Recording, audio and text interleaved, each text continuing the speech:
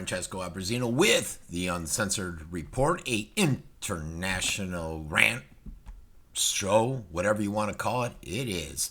All right, gun control. If you look at what I have up here, no free man shall ever be disbarred for use of arms. Thomas Jefferson. And that's what it comes down to. Your freedom. Think for yourself. Question authority. That's what I always say. But we got a perplexing thing here. I push this a lot, and I truly believe it, that a lot of times we need to look at the SSRI involvement in a lot of these shooters, their mental state, all that good stuff. But it doesn't mean that you restrict gun ownership to those who are deemed mentally ill. And that's because the people that are doing the deeming, and how is it deemed? And you got to think about that. What does it entail? What might it entail? What makes you mentally crazy? If you take this collective group and just ban all gun ownership, what are you therefore doing? And, you know, when you look at the case of mental illness, it can be very hard to identify. There's no official test for it, I don't believe, for most conditions. And most people are diagnosed according to the opinion of a doctor who may not want you to carry a gun and may be very liberal. And as we have learned, many doctors, many politicians, many individuals carry their beliefs, their right or left view, dogmas, when they shouldn't. Psychiatric drugs, that's another possible factor that could get somebody marked as government mentally unstable by the government. You're out of it. You're wacko. You're cuckoo. The one that flew over the cuckoo's nest. But take this classification. And what it would do is allow a large portion of society to be disarmed. And it would be ingenious by the government, if you think about it. They could essentially go in and say anyone that's on any kind of mental drug, any SSRI, anything like that, we're taking your guns away. In effect, disarming Americans. But the problem with that is, if you look at JAMA, they say that more than 1 out of 6 Americans are on some type of psychiatric drug. And forget about the millions upon millions of Americans that are not on these drugs, but are fucking mentally cuckoo. They're not taking their meds. Some people on meds are more stable than the ones that are not. But a policy like this, folks, and my biggest concern is that it could allow the government to come in and disarm any dissident, any political enemy. And we've seen, it's come to light, how the government uses the tools in their hands to oppress people. How the IRS was used, how the FBI has been used against the people. And do we want that? If you look at it, rulers around the world have used mental illness as an excuse to lock away anybody that opposes their narrative that they want pushed out there. Look at the Soviet regime with Stalin. Or even China.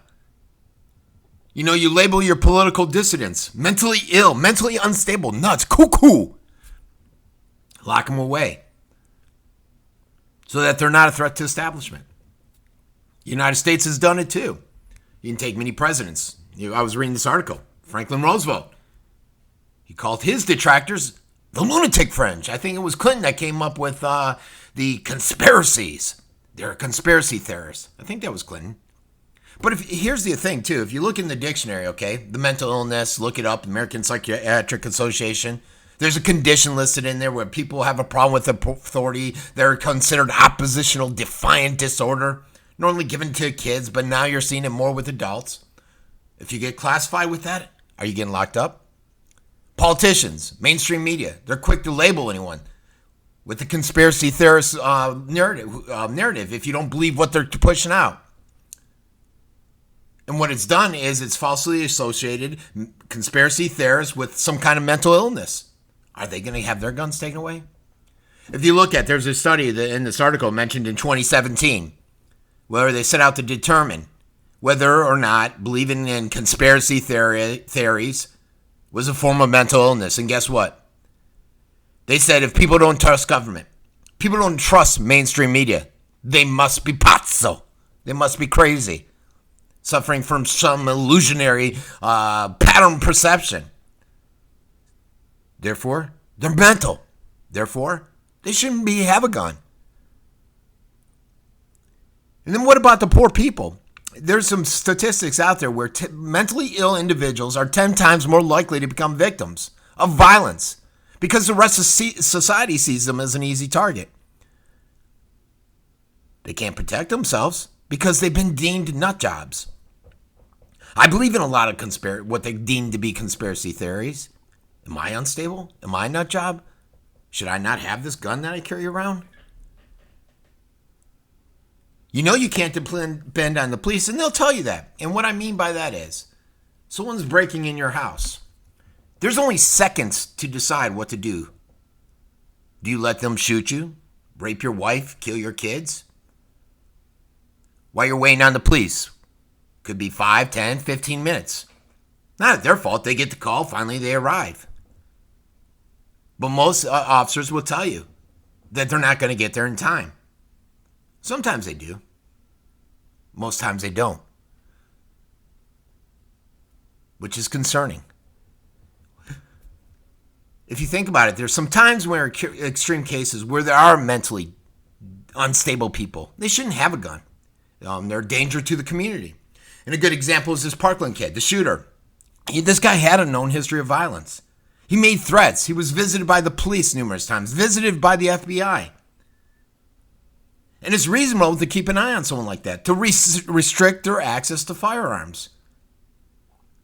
And in fact, quarantine them from society. Because there's a reason to it. There's logic. You don't have somebody that carries their political bias on their shoulder, deeming them mentally unstable, deeming them a threat to society. And there's actually laws out there. There was a law that was put on the books in 2017, the Extreme Risk Protection Order. Basically a law that says any person that's considered an extreme threat and they're reported to the police or by family members or something like that, they can be dealt with. You don't need you don't need to deem that the government or psychiatrists can come in to deem you mentally unstable because you don't believe mainstream media, you don't believe the government, you're cuckoo for Cocoa Puffs. But there are many laws on the books that could have prevented this kid from going out and taking the action he took. And these types of targeted approaches that are aimed at individuals who are known for their violence in their community, like this Eric guy, would do more to prevent, if we took action, do more to prevent these tragedies from happening in the future, versus a wide-ranging law, a wide-ranging approach, a blanket approach, if you will, that threatens the rights and safeties of millions of innocent gun owners, a constitutional right, for that matter. And again, guys, just one side note. This is a semi. Semis are not just AR-15s.